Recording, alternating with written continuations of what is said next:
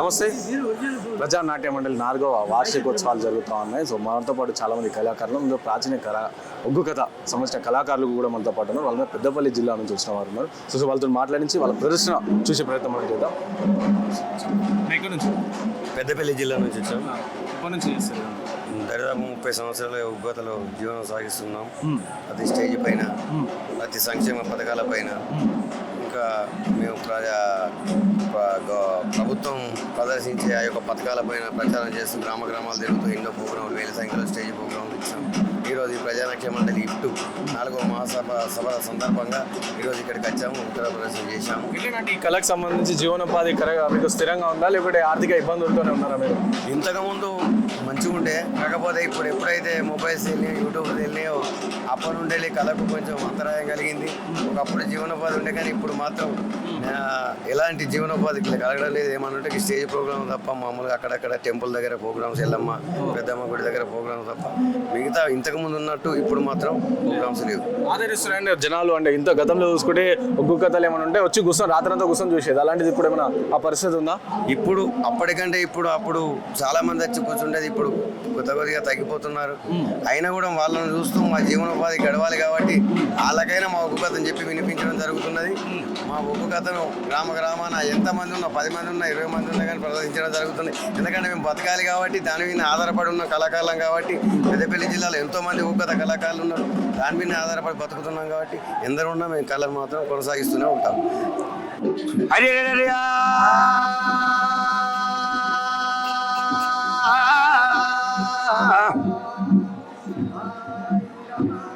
మండమాదిలోకి సెంచారి మధురు మారేండ్లు అనేటి గడ్డం ఉన్న తల్లి చెప్పిన మాట 20 మంది చెప్పిందానా పూనాచారి అమ్మవారు పార్వతి 10,000 దండమే.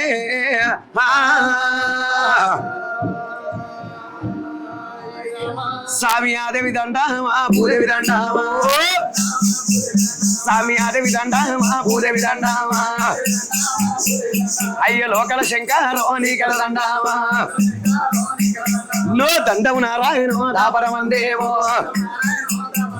నా ఎవరాల కాలాల నా అలకించదా తాళాల, మేము ఎప్పుడయ్యే కాతాలోన ఓరి ఎన్ని తప్పులున్నా గాను మీరు మందించి పోవాలయ్యా, మేము కాలగచ్చగట్టాలేదో ఓరి కథల వందదులు కాలేదో, ఇక ఏమి తెలవలేదో రాజా, మేము ఎట్టి వాళ్ళు ఉన్నాం రాజా. ఏ రాఘవో రామా, ఇక రాఘవం మేలు రామో రామో రామ రామ.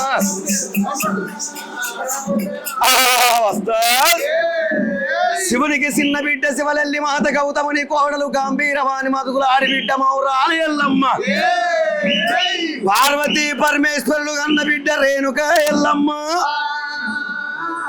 పుట్టల్లో పుట్టింది పెట్టల్లో పెరిగింది గవ్వల దర్శనం ఘనమైన రేణుకెళ్ళవ్వ, చిన్న చిన్న పాములు చిటికనే ఉంగురాలు, పెద్ద పెద్ద పాములు పెద్దనే ఉంగురాలు, మా ఊరాల ఎల్లు ఉన్నది, పూలకారమాత ఉన్నది, నా శివుని అడిగిన బిడ్డ ఉన్నది, నా శివుని అల్లిన మాత ఉన్నది, అది గౌతముని కోడలు ఉన్నది, నా గంభీరమని ఉన్నది, అమ్మవారు రేణుకెళ్ళవ తన భర్త జమదగ్గిరి ముని రాజు, పాపకారి ముంట కొడుకు మేన బావ కార్తవీరార్జునుడు జమదగ్గిరి ముని రాజు డొక్కల బాణం ఆడితే, భర్త లేక నేనెట్లా బతకాలి, నాద నాకు సంతానం కావాలంటే 5 పిల్లగందని ఇచ్చిండు, అందులో ప్రాణాలకు తోడు బలపరిచ రాముడు, ముల్ల నిర్వమాల వాడు నల్లని వాడు,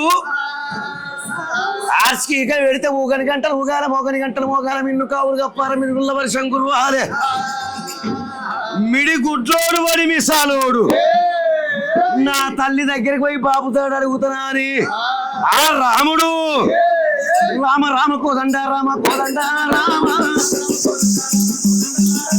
రామ రామ కోదండ రామ కోదండ రామ, ఏ తల్లి వేడికి అత్త ఉన్నడే కోదండ రామ,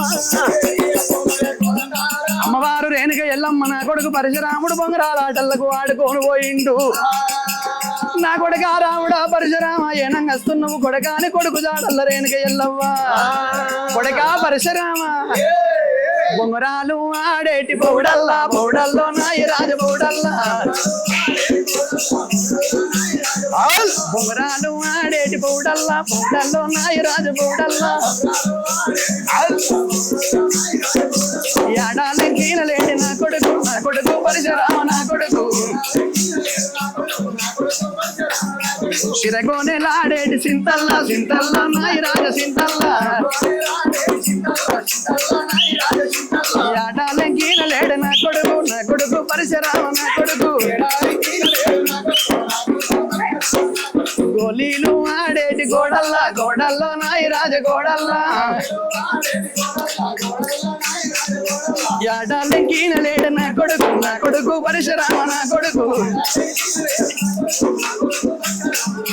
కొడుకుల జాడల్లరా తల్లి వస్తున్నది కొడుకుల జాడల్లరా తల్లి వస్తున్నది